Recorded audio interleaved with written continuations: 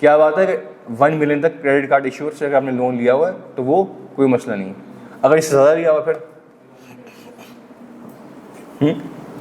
तो इससे पेपर में क्वेश्चन आया था कि आपका लोन ज़्यादा है, फॉर एग्जाम्पल एज्यूम करता हूँ 12 लाख का लोन है, आपको उस कंपनी ने, उस बैंक ने अपॉइंटमेंट के लिए ऑफ़र की है, क्या करेंगे आप?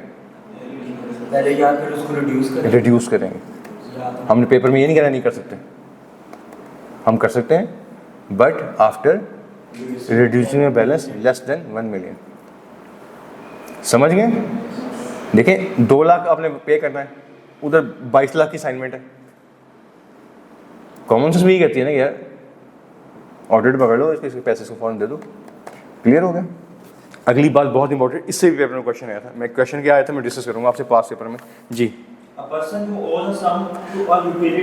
ठीक है, यूटिलिटी कंपनी है, अब वापडा है, आज क्या डेट होगी? 26 हो गई है, 25 है क्या आज? 24 है, ठीक है। अब 24 तारीख तक मैं 24 दिन वापडा के इलेक्ट्रिसिटी यूज़ कर ली है, तो मैं वापडा का इंटेंडेड हो गया हूँ ना, मैं 24 दिन के पैसे लेने में वापडा के, तो क्या मैं वापडा ऑर्डर नहीं कर सकता? ये मैं पीटीसीएल का ऑर्डर नहीं कर सकता? या मोबिलिंग वालों का ऑर्डर नहीं कर सकता? यही यूटिलिटीज होती है ना। या ये सुई नॉर्दर्न गैस का ऑर्डर नहीं कर सकता, फिर कौन करेगा ऑर्डर? हर बंदा इंडेटेड है पाकिस्तान का, समझ गए? इसमें उसने रिक्वायरमेंट लिखी है कि इंडेटनेस के लिए जरूरी है कि 90 डेज गुजर चुके हैं उस बिल को, 90 डेज, 3 महीने, लॉ ने 90 डेज बोला। समझ गए क्या बात हो रही है? यूटिलिटी कंपनी का सम आपका जो ओवर ड्यू है ना वो 90 डेज से ज़्यादा नहीं होना चाहिए। समझ गए? समझ आ रही है जी बातें? पक्की बात है? क्यों जी? चलें आगे। पेपर में क्वेश्चन क्या आया था? आपको अपॉइंटमेंट के लिए ऑफर है, ठीक है, एग्जैक्ट क्वेश्चन पेपर में आया हुआ आपके कैफ में, कोई 6-7 साल पहले की बात है। आपको ऑफर फॉर अपॉइंटमेंट हुई है, लेकिन आपने वापडा से बिजली के बिल जो आया था 1 महीने में, कोई ख़ास महीने का बिल था, उसको आपने 10 इंस्टॉलमेंट्स में करवा लिया था। 10 इंस्टॉलमेंट्स करवा ली थी उसकी, ठीक है। आपको ऑफ़र हुई है, आप ऑफ़र ले सकते हैं।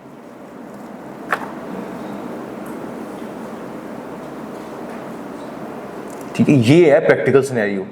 जब तक आप पास पेपर्स नहीं करेंगे ना, अब लॉ तो पढ़ लिया आपने, इसके अलावा इसके अलावा इससे रिलेटेड बुक में दोबारा कोई बात नहीं आनी, जो पढ़ना था पढ़ लिया। पेपर में ये क्वेश्चन आया, कितना प्रैक्टिकल क्वेश्चन आया? अगर 90 डेज के विदिन 90 डेज 10 इंस्टॉलमेंट पे करनी है तो उसका है कि अब अभी आपकी अपॉइंटमेंट क्या है? वैलिड है, अभी 90 डेज पूरे नहीं हुए। आप पहली इंस्टॉलमेंट देंगे, दूसरी देंगे, और तीसरी के साथ सिर्फ तीसरी नहीं देंगे, बाकी 8 की 8 आपको देनी पड़ेंगी। अगर 8 की 8 आपने ना दी 90 दिन के अंदर, तो आपकी अपॉइंटमेंट 90th डे पे क्या हो जाएगी? इनवैलिड हो जाएगी, and office of the auditor will be deemed as vacated under the law. लिखा हुआ, आगे जाके पढ़ेंगे हम इसको भी। समझ गए? पक्की बात है? ये समझ आ रही है बातें? आगे हैं जी। A person who has given a guarantee or provided any security in connection with the ठीक है, indebtedness of any वो सेल्फ इंटरेस्टेड, कोई किसी की गारंटी ली हुई है, किसी की गारंटी दी हुई है, ठीक है, other than ordinary course of business, other than इसको ये लॉ पढ़ें, इसको ध्यान से पढ़ना है आपने, बार बार एक एक लफ्ज़ पे। मैं जैसे एम्फेसिस कर रहा हूँ ना लफ्ज़ों पे, इसको ऐसे ही पढ़ना है हम लोगों ने। आगे हैं जी। A person or firm who whether directly or indirectly has business relationship direct और indirect business relationship with the company other than in ordinary ordinary courses. ठीक है। ऑर्डिनरी कोर्स का मतलब क्या है? मेरा वापस का बिजनेस है, Yes sir. अल्फादा के साथ भी business है। ठीक है, अल्फादा के साथ भी बिजनेस है, इम्तियाज़ स्टोर के साथ भी बिजनेस है, बिजनेस तो करता हूँ ना मैं उनका कस्टमर हूँ, ठीक है। समझ गए? अगर ऐसा कोई रिलेशनशिप है फिर भी आप ऑडिट नहीं कर सकते। इसके अलावा कोई रिलेशनशिप है, ठीक है, डायरेक्ट यहाँ मैं खुद कर, इनडायरेक्ट का मतलब क्या है? मैं नहीं कर रहा, मेरा स्पाउस कर रहा है, मेरे चिल्ड्रंस कर रहे हैं, ठीक हो गया, याद रहेगा। आगे हैं जी। A person who has been convicted by court, आपको अगर कोर्ट ने कन्विक्ट कर दिया है किसी भी केस में, तो आप 10 साल तक, अगले 10 सालों में उसको ऑडिट, जब तक 10 साल का पीरियड लैप्स ना हो जाए, ठीक है। ये पाकिस्तान का बड़ा अजीब सा लॉ है कि आप किसी छोटी सी कंपनी के ऑडिटर नहीं बन सकते, लेकिन पूरे पाकिस्तान के आप प्राइम मिनिस्टर बन सकते हैं। ऐसी है ना, आप फिर न्याय पे कैसे फिर क्या हुआ, ठीक है। आप मिनिस्टर बन सकते हैं, ठीक है। आपको एयरफोर्स का प्लेन जाता है लेने, चार्टर प्लेन, इसहाक डार साहब को वहाँ से उठा के लाता है, ठीक है, और ला के वो कहते हैं आएंगे मिनिस्टर बनेंगे, ठीक है। केसेस के फिर क्या हुआ, लेकिन आप छोटी सी कंपनी के ऑडिटर नहीं बन सकते। चलिए आगे, अब बॉडी कॉर्पोरेट, ठीक है। पाकिस्तान में बॉडी कॉर्पोरेट का मतलब क्या है, कंपनी। बॉडी कॉर्पोरेट का मतलब क्या है, कंपनी, यानी बीइंग, अब देखें, या इंडिविजुअल प्रैक्टिस कर सकते हैं हम, या एज ए पार्टनरशिप फॉर्म कर सकते हैं। किसी पाकिस्तान में पार्टनरशिप फॉर्म के साथ प्राइवेट लिमिटेड नहीं रख सकता। अच्छा, यूरोप में अगर आप क्रिकेट मैच देख रहे हो या कभी आप साउथ अफ्रीका में देख रहे हो, तो वहाँ पे जब बाउंड्री लगती है ना, तो कैमरा पड़ता लिखा होता है, वो वहाँ पे जो कंपनी के नाम लिखे होते हैं ना, वहाँ लिखा होता है इनकॉर्पोरेटेड, यानी वहाँ का लॉ करता है कि प्राइवेट लिमिटेड कंपनी बना के भी ऑडिट कर सकते हैं। पाकिस्तान में मना है, किस सेक्शन ने मना किया है, 247 सेक्शन के पार्ट एच ने, क्लॉज एच ने। पाकिस्तान में as a limited liability company auditor आगे हैं जी।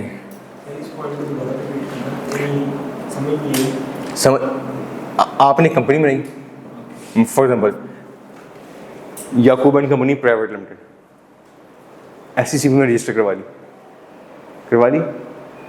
अब Yakub and company private limited body corporate है, बॉडी कॉर्पोरेट पाकिस्तान में ऑडिट नहीं कर सकती। दो सूरतें हैं, या इंडिविजुअल फर्म होंगी या पार्टनरशिप फर्म होगी, याद रहेगा।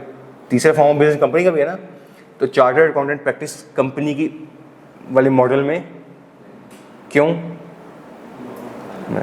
तो 1200 के करीब कंपनी है पाकिस्तान में, एक भी बॉडी कॉर्पोरेट नहीं है, क्यों, लॉ ने मना किया हो। समझ गए जी, बोला करें यार एनर्जी। चल आगे हैं। A person who is not eligible to act as auditor under the code of ethics as adopted. अगर कोड ऑफ एथिक्स की वजह से, आपने पढ़ा है कोड ऑफ एथिक्स सारे, उसकी वजह से अगर आप किसी वजह से आप ऑडिटर के तौर पे एक्ट नहीं कर सकते, तो आप चार्ट इसमें भी नहीं कर सकते, ठीक है। दोबारा पढ़ें sir. A person who is not eligible to act as auditor under the code of ethics as adopted by the Institute of Chartered Accountants of Pakistan and the Institute of, ठीक है। अगर कोड ऑफ एथिक्स में आप किसी वजह से आपको मना है ऑडिट करना, तो आप यहाँ भी ऑडिटर नहीं बन सकते, क्योंकि कोड ऑफ एथिक्स पाकिस्तान में एप्लीकेबल है ना। समझ गए। फॉर एग्जाम्पल हमने वहाँ पढ़ा ना सेल्फ इंटरेस्ट फैक्टर, ये आपके पास शेयर्स हैं कंपनी के, हमने क्या पढ़ा था, हमारे पास शेयर्स हैं तो सेल्फ इंटरेस्ट फैक्टर आ गया, आप ऑडिट कर सकते हैं, नहीं कर सकते। आपके स्पाउस के पास शेयर है, ठीक है, सेल्फ इंटरेस्ट, तो अब नहीं कर सकते ना ऑडिट, तो अगर वहाँ नहीं कर सकते तो यहाँ भी नहीं कर सकते, ठीक है। एक वर्ड है direct financial interest, direct financial, और एक है इनडायरेक्ट फाइनेंशियल इंटरेस्ट। डायरेक्ट क्या है, मेरे पास शेयर है नियाग्रा के, तो मैं ऑडिट। इनडायरेक्ट क्या है, मेरे पास नहीं है, मेरे स्पाउस के पास, मेरे चिल्ड्रन के पास शेयर हैं, तो इसमें लॉ क्या, कोड ऑफ एथिक्स क्या कहता है, इसमें कोड ऑफ एथिक्स कहता है कि आप इसको ऑडिट कर सकते हैं, प्रोवाइडेड कि आप जो शेयर्स हैं वो, इसमें सारे के सारे सेल करने हैं ना, 100% इंटरेस्ट सेल करना है आपने, 100% इंटरेस्ट क्या करना है आपने, इसमें स्टैंडर्ड कहता है इतना इंटरेस्ट सेल कर दें कि जो रिमेनिंग इंटरेस्ट है ना वो क्लियरली इनसिग्निफिकेंट हो जाए। वो कौन सा इंटरेस्ट हो, इनडायरेक्ट, इतना रह जाए रिमेनिंग कि वो क्लियरली क्या बन जाए, इनसिग्निफिकेंट। याद रहेगा, पक्की बात है। आगे हैं जी।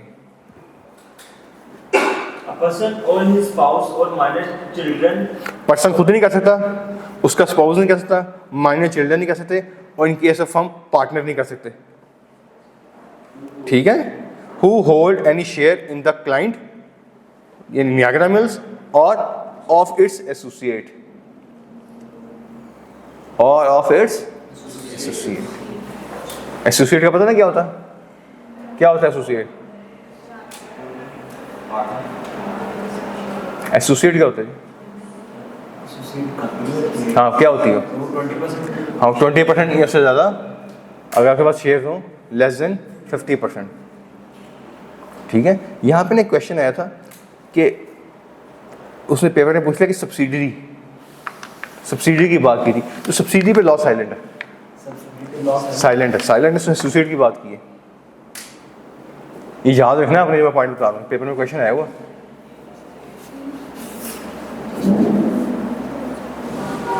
मैं इस टॉपिक है ना बहुत टाइम लगा रहा हूँ। ठीक है, उसका ऑब्जेक्टिव ये है कि इस टॉपिक से बेतहाशा क्वेश्चन सेट हुआ हूँ, और हर दफ़ा होते हैं 4, 5, 6, 8, 10 नंबर का लाजमी टेस्ट हो जाता है पेपर। ठीक है, मुझे एश्योरेंस दें, मुझे आपके चेहरों से नज़र नहीं आ रही एनर्जी, स्पार्क नज़र नहीं आ रहा है, समझ आ रही चीज़ें? पक्की बात है। आगे है जी,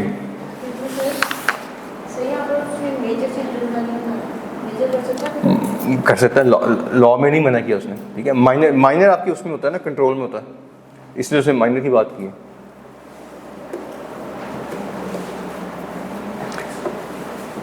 ठीक है जी। अच्छा, ये लॉ पढ़े हम, लॉ। ठीक है, साथ हमारे कोड ऑफ एथिक्स भी चल रहा है। कोड ऑफ एथिक्स कतई नहीं कर सकते, ये हम क्या पढ़ रहे हैं? Companies act. उधर क्या है? कोड ऑफ एथिक्स क्या है? जब लॉ, जो आप अपने किसी बेटे से कराएंगे या किसी बेटी से करवाएंगे तो फेमिलियरिटी, समझ गए? अब वहां पे अब इनएलिजिबल हो गए, ऊपर वाले पॉइंट में है, पॉइंट आई पढ़े जरा, कोड ऑफ एथिक्स। समझ गए? तो यहां से अगर जान छूटेगी वहां से पकड़े जाएंगे हम। तो आपने जब अपॉइंटमेंट की बारी आनी है, आपने सेक्शन 247 को भी देखना है, और क्यों सेक्शन 247 ही कहता है कोड ऑफ एथिक्स को भी देख लो। समझ गए जी? अच्छा, आगे हैं, प्रोविजो पढ़ें जी।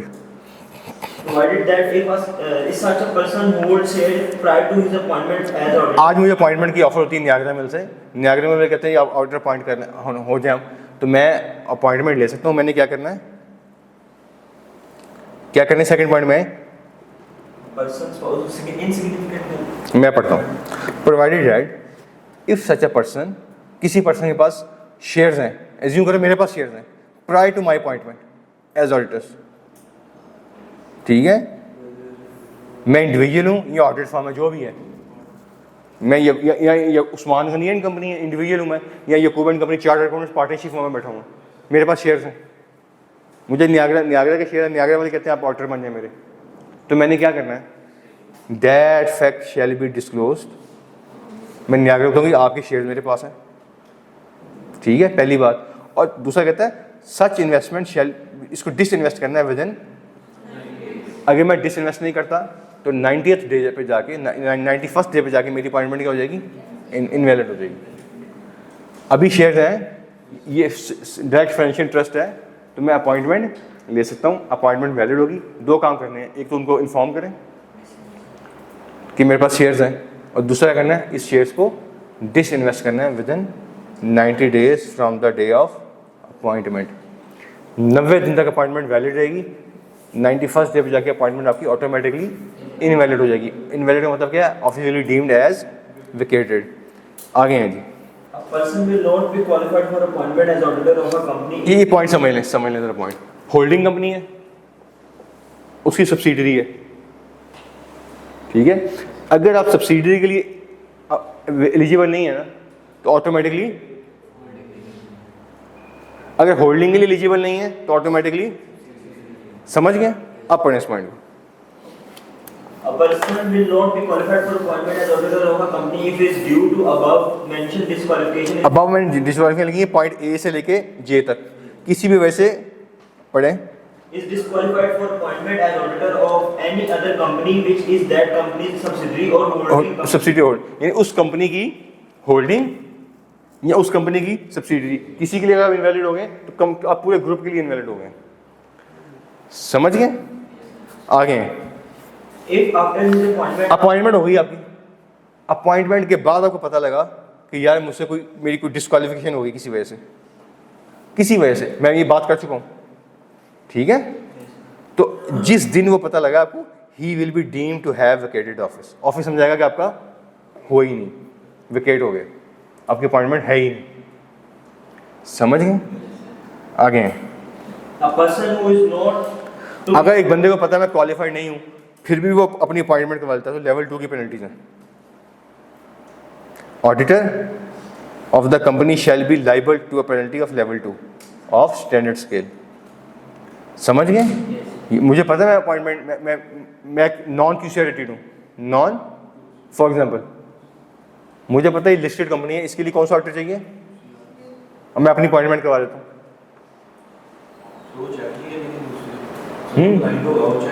नहीं, क्लाइंट को तो वो तो बात की बात है ना, क्लाइंट पे जो आनी है वो सब पढ़ेंगे बाद में जाके, ठीक है? मिलके कर लेता है, अपनी मर्जी का कहते हैं कि क्यूसीआरटेड से कहते हैं, वो बड़ी कंपनी है, वो कहती है कि आप लोग हमारा ऑडिट कर लें, मिल के किस्म की करनी हो, दोनों की कॉन्सेंट से हो जाए तो भी लेवल 2 की पेनल्टी उस पर पड़ सकती है। देखिए अगर इसको समझे जरा, ये लॉ को ना लॉ के पर्सपेक्टिव में पढ़ते हैं, ठीक है?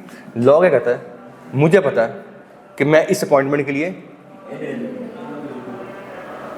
पता है ना, अगर मैं फिर भी अपॉइंटमेंट देता हूँ तो लेवल 2 की पेनल्टी। अब आ गया है कंपनी की बात, कंपनी ने इन एलिजिबल बंदे को अपॉइंट किया है, उसकी पेनल्टीज अलग है, उसकी पेनल्टीज समझ गए इस बात को? वो शायद नीचे पैराग्राफ में कहीं आगे जाके आएंगे, हम पढ़ लेंगे उसको जी। The appointment as auditor of a company of an unqualified person or of a person who is subject to any disqualification to act as such shall be void. Such appointment shall be void। समझाएगा, हुई नहीं हुई, ठीक है? And where such an appointment is made by a company, the commission may appoint. Commission एक qualified बंदे को appoint कर देगा उसके लिए। समझ गए? क्योंकि आपने एक बंदे को अपॉइंट किया, इनवैलिड बंदे को, तो समझाएगा कि उसकी अपॉइंटमेंट हुई नहीं इसका मतलब है कि आप ऑडिटर अपॉइंट नहीं कर सके। तो नहीं कर सके, हमने पीछे पेज पढ़ के आए हैं, फर्स्ट ऑडिटर 90 डेज में नहीं कर सके, कमीशन कर देगा। सब्सिक्वेंट ऑडिटर एजीएम में नहीं हुआ, फिर कमीशन कर देगा। 30 दिन में कैजुअल वैकेंसी फिल नहीं, फिर कमीशन कर देगा। तो यहाँ भी समझा आपने अपॉइंटमेंट नहीं किया तो फिर कमीशन में पावर चलेगी। समझ आ गया जी?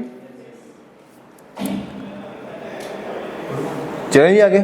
अच्छा, जब हम बात करते हैं ना ऑफिसर की, ऑफिसर कॉर्पोरेट लॉ में, तो ऑफिसर में ऑडिटर का वर्ड भी आता है। Auditor is also an officer of the company, ऐसे ही है ना? कौन कौन से ऑफिसर होते हैं? चीफ एग्जीक्यूटिव होता है, सीएफओ होता है, सेक्रेटरी होता है, जनरल मैनेजर होता है, फॉर एग्जांपल कंपनी सेक्रेटरी होता है, हेड ऑफ इंटरनल ऑडिट, ये ऑफिसर है ना? तो ऑडिटर भी क्या है? ऑफिसर, ठीक है?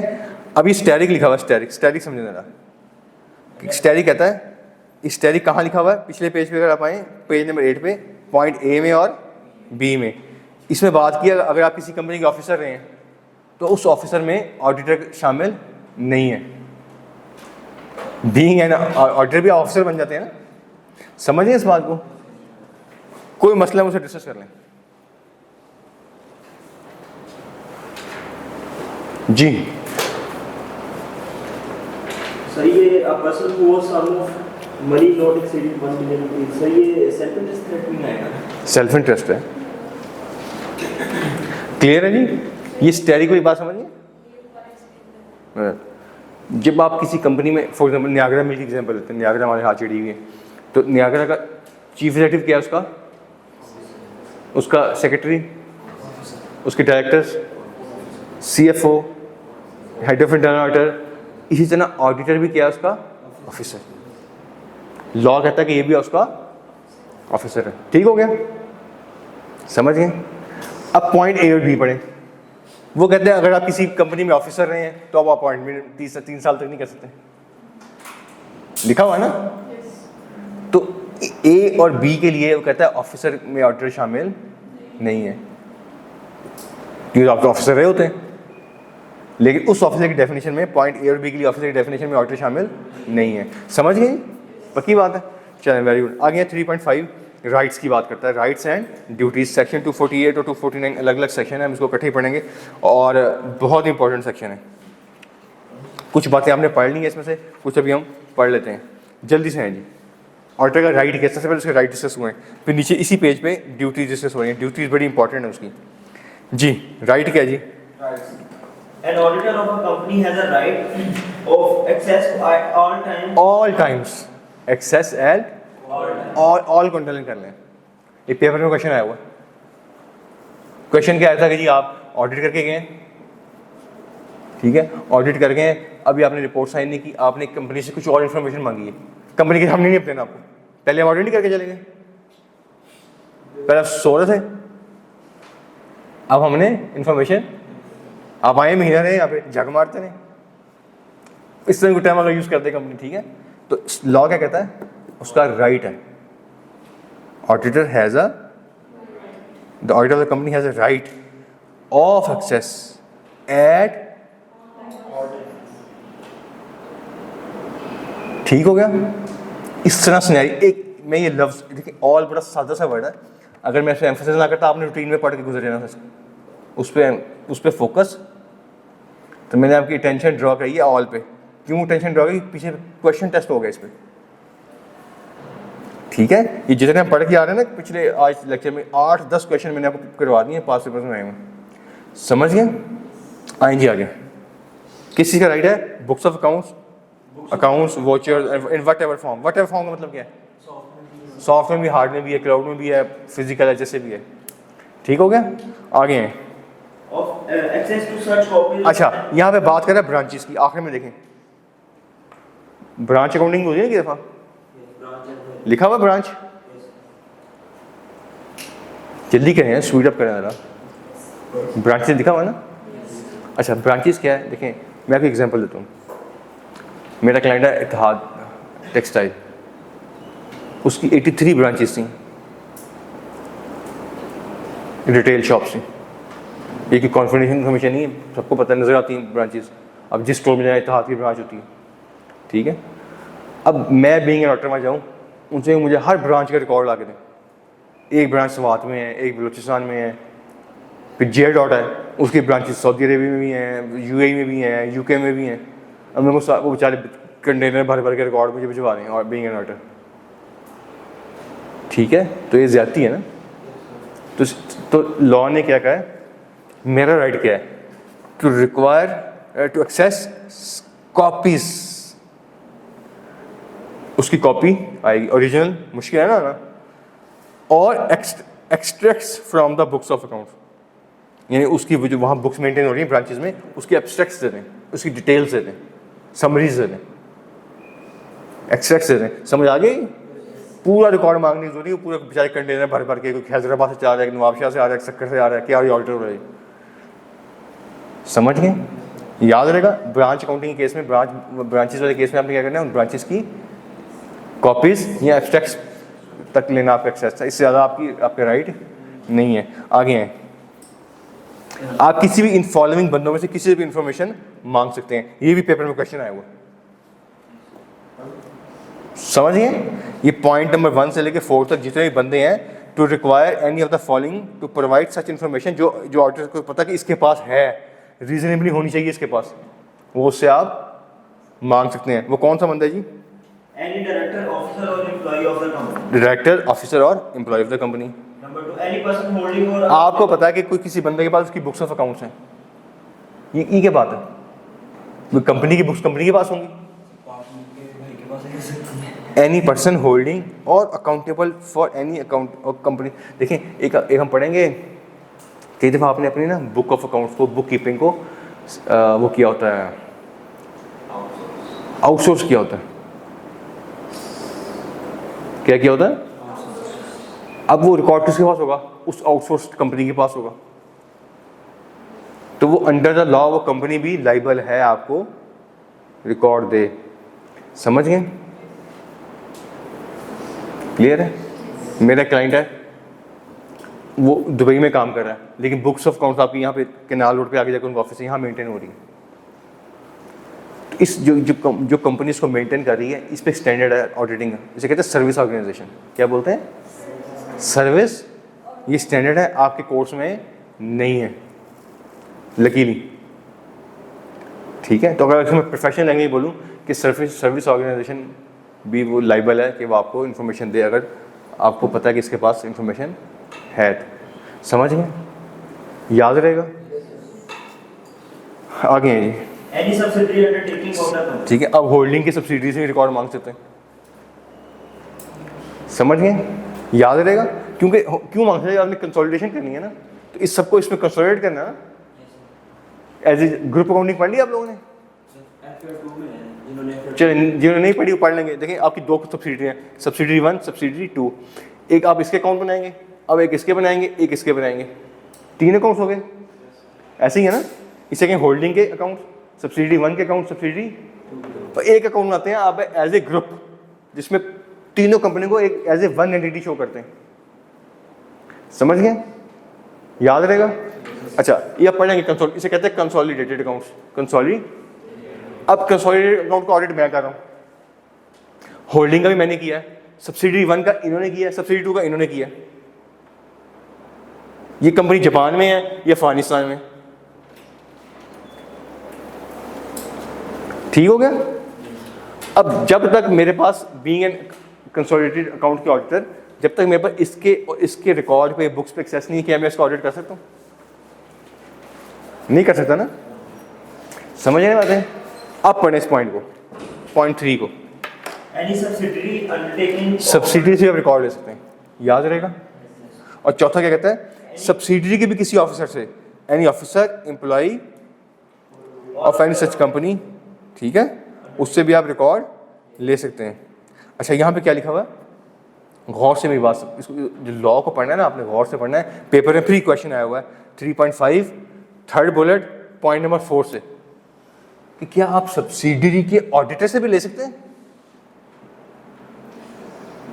मैं ऑडिट करने आया हूं नियाग्रा का, नियाग्रा की एक सब्सिडरी है, सब्सिडरी के ऑडिटर ये हैं। तो 3.5 क्या कहता है सेक्शन 248 कि यस, सब्सिडरी कंपनी का ऑडिटर भी लाइबल है आपको रिकॉर्ड दे। ये क्वेश्चन आया है पेपर में, समझ गए जी? बातें हजम हो रही हैं? बदहजमी तो नहीं हो रही? आगे हैं जी। इफ एनी ऑफिसर, अच्छा ठहरे, इसको मैं ना आपको मैं सम अप कर दूँ। निचला पैराग्राफ आ रहा है, बड़ा पैराग्राफ है। ये हमने पॉइंट पढ़े ना 1 से लेके 4 तक। इसमें क्या पॉइंट है कि कंपनी का डायरेक्टर, ऑफिसर, एम्प्लॉई। बी में कहता है person holding information on behalf of the company, ये है ना। सी में कहता है सब्सिडरी कंपनी, और 4 में कहता है सब्सिडरी कंपनी का ऑफिसर, डायरेक्टर और उसका इवन ऑडिटर भी, जो आपको इन्फॉर्मेशन दे देंगे। अगर ये आपको इन्फॉर्मेशन ना दें, अगर इन्फॉर्मेशन ना दें नोइंगली और विलिंगली, नोइंगली और विलिंगली, जान बूझ के, तो इसी पैराग्राफ में सब में लिखा हुआ है ही और she shell be liable for penalty of level 3 of standard scale, ठीक है। लेकिन इसके लिए 2 चीज़ें बड़ी इंपॉर्टेंट है, वो क्या है? नोइंगली और, लेकिन ये ऐसे नहीं है कि एक बंदा है उसके पास रिकॉर्ड है ही नहीं, वो क्या यार मेरे पास था, नैब वाले आए उठा के, लेकिन मेरे पास नहीं है, आप नहीं इस पर पेनल्टी चार्ज करें। ओके यार था, बह गया, फ्लड आया, जल्जला आया, फलस्तीन में बम मारा इसराइलियों ने, बिल्डिंग में गिर गया रिकॉर्ड, जाके ले आओ वहाँ से, मेरे पास नहीं है, अगर नहीं ला करूँगी। वो क्या कि कोई कैटास्ट्रॉफ हो गया, चोरी होगी, मैंने FI कटवाई है, देखें FIR मेरे पास, चोर है रिकॉर्ड लेके, ठीक है। कोई और रीजन, वो आपको एक रीजनेबल जस्टिफिकेशन देता है, तो फिर पेनल्टी नहीं है। इसके लिए नोइंगली विलिंग, वो कहता है हाँ जी है, नहीं जाना मैंने, फिर पेनल्टी लगेगी, ठीक है। फिर भी आपने पेनल्टी आप नहीं ला सकते, वैसे ही पे लगाएगा, ठीक है। समझ गए?